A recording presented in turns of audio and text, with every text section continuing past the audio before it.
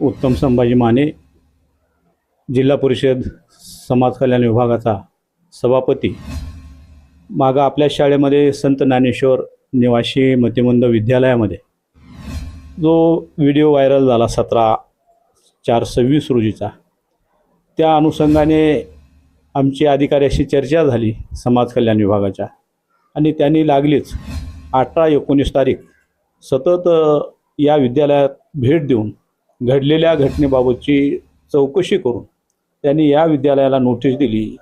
आणि जे संबंधित शिक्षक आहेत मारणारे, ते शिक्षक, सेवक आणि एक शिक्षिका, या संदर्भामध्ये त्यांनी चौकशी करून जो अहवाल दिला, नोटीस दिली शाळेला, आणि आयुक्तालयाला तसा अहवाल त्यांनी पाठवलेला आहे की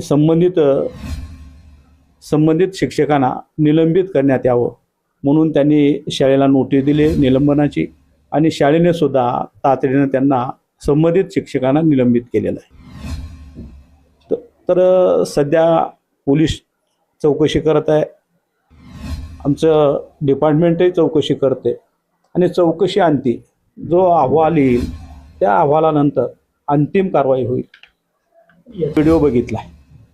व्हिडिओ बघितल्यानंतर तिथं जे संबंधित 3 कर्मचारी आहेत, एक शिक्षक आहेत,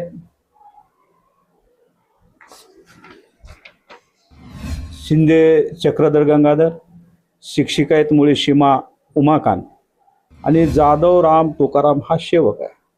हे 3 या घटनेच्या संदर्भामध्ये एका शिक्षकानं छडीपट्टीनं मारल्याचा प्रकार दिसतोय, दुसरा मध्ये पडले, आणि संबंधित शिक्षिका ज्याला मारले त्याला घेऊन पुढे जात असलेला दिसतोय। ही घटना बाहेर घडली आहे वरांड्यात, मुख्याध्यापक हा ऑफिसमध्ये असणार आहे, म्हणून मुख्याध्यापक दोषी आहेत लगेच आपल्याला कसं म्हणता येईल, म्हणून याची चौकशी होणं, आणि पूर्ण चौकशी झाल्यानंतर आपल्याला याच्यात कोण दोषी आहेत ते शोधता येईल। ही घटना तर निंदनीय आहेच, शाळेमध्ये जो प्रकार झाला आहे तो, आणि याच्या पुढे पलीकडे जाऊन अशा प्रकारची घटना होऊ नये म्हणजे आपण एक समाज कल्याण सभापती जबाबदार असून काय सल्ला द्याल? तर आमचं हेच म्हणणं राहील, कारण आपल्याकडं पाठवणारे विद्यार्थी ही मतिमंद असतात, आणि आताच उल्लेख केल्याप्रमाणे ते त्यांचं हायपर टेन्शन आपण बघितलंय, छडी एक मारली पण तो विद्यार्थी अधिक त्रागा करत असलेला दिसतोय, म्हणून आपणही तेवढ्या जबाबदारीनं वागणं हे कर्मचाऱ्यांचं, शालेय प्रशासनाचं काम आहे की विद्यार्थी अत्यंत सालसपणे हाताळणं, त्यांच्या कलाप्रमाणे हाताळणं, या पद्धतीचंच पुढील काळामध्ये काम करावं लागेल।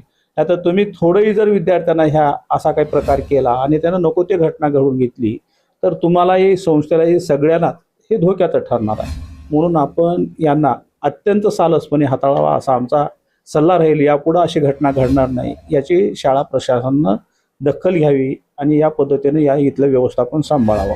या प्रकरणामध्ये पोलीस प्रशासन असेल किंवा मग समाज कल्याणचे अधिकारी असतील त्यांच्याशी काही संवाद झालाय तुमचा? समाज कल्याण अधिकाऱ्याशी संवाद झालेला आहे, त्यांनी यांना नोटीस देऊन संबंधित शिक्षकाला निलंबित करण्याची नोटीस, लेखी नोटीस दिलेली आहे, आणि त्यांनी क्विक ॲक्शन घेतलेली आहे। याने ते समाज कल्याणच्या आयुक्तांना संबंधित अहवाल त्यांनी पाठवलेला आहे। आता आयुक्तांची एखादी चौकशी येण्याची शक्यता आहे, आयुक्तांची काय त्याच्यावर चौकशी येते यावर आपली पुढील ॲक्शन अवलंबून राहील।